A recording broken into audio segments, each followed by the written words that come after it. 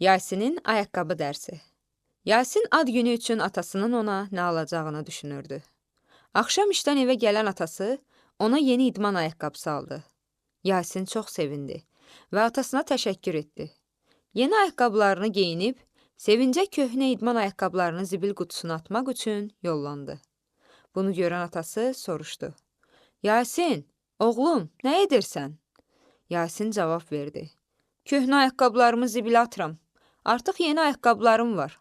Onlara ehtiyacım yoxdur. Atası təəccüblə dedi. Doğrudanmı belə fikirləşirsən? Axı onlar hələ köhnəlməyib. Bəlkə gələcəkdə lazım olar. Lakin Yasin atasının sözlərinə məhəl qoymayaraq, köhnə ayaqqabılarını zibil qutusuna atdı. Bir həftə sonra məktəbdə siniflər arası idman yarışı keçiriləcəkdi. Yasin yeni ayaqqabıları ilə necə sürətli qaçacağını və qalib gələcəyini xəyal edirdi. Müəllimlər yarış üçün iştirakçıları seçərkən, Yasini də komandaya daxil etdilər. O sevinclə evə qaçdı və anasına xəbər verdi. Ana, mən sinif komandamıza seçildim. Sabah yarış var. Axşam Yasin yeni ayaqqabıları təmizləyib, qapının önünə qoydu. Və səhər yeməyini yeyib formasını geyindi, məktəbə getmək üçün qapını açdı. Lakin birdən qışqırdı. Ayaqqabılarım yoxdur. Anası və atası dərhal qapıya qaçdılar.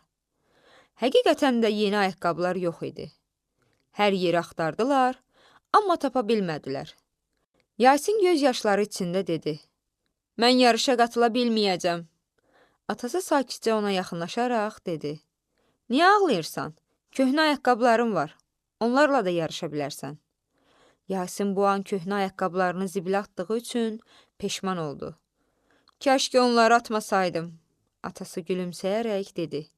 Biz onları zibil qutusundan götürüb saxlamışdıq. Anası otağa gedib, köhnə ayaqqabıları gətirdi və mehribanlıqla dedi. Oğlum, saxla samanı, gələr zamanı deyiblər. Yasin sevinclə köhnə ayaqqabılarını geyinib məktəbə yollandı. O gün yarışda birinci oldu və komandası qalib gəldi.